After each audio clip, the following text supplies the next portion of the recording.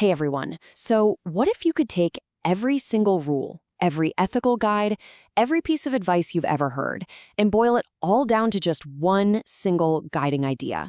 What would that one rule be? Well, that isn't just a fun thought experiment. It's a real question that was asked thousands of years ago, and the answer is surprisingly simple. Today, we're going to unpack it. I mean, that's a huge question, isn't it? If you really had to pick just one, what would you choose? Be honest? Work hard? Be kind to people? It's tough, but this exact challenge, finding that one ultimate rule, was at the very heart of a public showdown a long, long time ago. Okay, so let's set the scene. You've got this teacher, Jesus, and he's attracting a lot of attention. Then up steps a scribe, and this guy's an expert in religious law, a real heavy hitter. And he decides he's going to test Jesus right out in public. The challenge was massive. Take all these hundreds of laws and moral codes and pick just one, the most important one. And let me be clear, this was not a friendly question. It was absolutely a trap. And the question he asks sounds so simple, right? Which is the first of all the commandments? But underneath that, what he's really asking is, okay, teacher, what's your foundation? What's the one non-negotiable principle that your entire worldview is built on? Let's hear it. So Jesus doesn't even hesitate. He jumps right in. And his answer starts by pointing us upward. Think of it as establishing a vertical relationship, our connection to God. He kicks it off by quoting something called the Shema.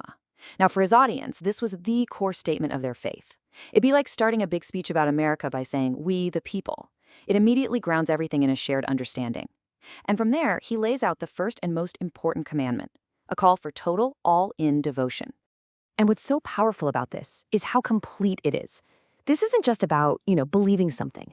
It's a call to love God with every single piece of who you are. With your heart, that's your emotions, your soul, your very being, your mind, your intellect, and your strength, everything you physically do. It's total. No part of you is left out. But then, he keeps going. The scholar only asked for one rule, but Jesus volunteers a second one, and he presents it like it's the other half of the puzzle. So if that first rule was vertical, pointing up to God, this next one is horizontal, pointing outward to everyone else. And here's the kicker, he doesn't just tack it on, he basically welds it to the first one, saying these two things, loving God and loving your neighbor, are a package deal. You can't have one without the other. And then he drops the mic. There is no other commandment greater than these. Wow. So you see the framework he's building, right? The vertical love for God, that's the foundation, that's the why. But it has to be expressed through the horizontal love for other people. That's the how. In his view, you just can't have one without the other. They're totally interconnected. Okay, so now for the twist. How does the scribe, the guy who came to set a trap, remember, how does he react? Does he argue? Find a loophole? Nope, not at all. Instead, something just clicks for him. He has this amazing moment of realization. The guy is floored. He doesn't just agree. He doubles down on it. He basically says, you are so right. This idea of loving God and loving your neighbor, that's worth more than all the rituals, all the sacrifices. And you have to understand, those sacrifices were the absolute center of their religious life. This was a huge statement for him to make. And this is the revolutionary idea right here. This whole exchange shifts the focus of religious life away from external actions, like rituals, and toward your internal state. It's not about just going through the motions. It's about what's actually going on inside. It's about the love you live out.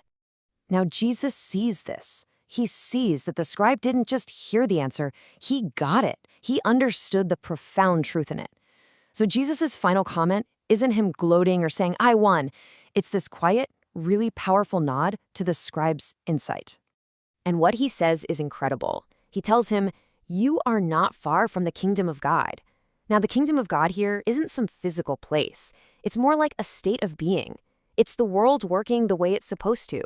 So Jesus is essentially saying, because you get this, because you understand that love is the core principle, you're so close to living in that perfect harmony. And that's it. The conversation just stops. The answer was so perfect, and the scribe's agreement was so complete that the whole crowd just went silent. What else was there to say? The test was over. The debate was done. So let's bring it all home. What's the most important rule? Well, it turns out it's not just one rule. It's two sides of the very same coin. It's a simple but incredibly deep formula. Look up in devotion, and then let that love pour outwards to the people around you. And that brings it right back to us, doesn't it? This isn't just an old story. It's a question for right now.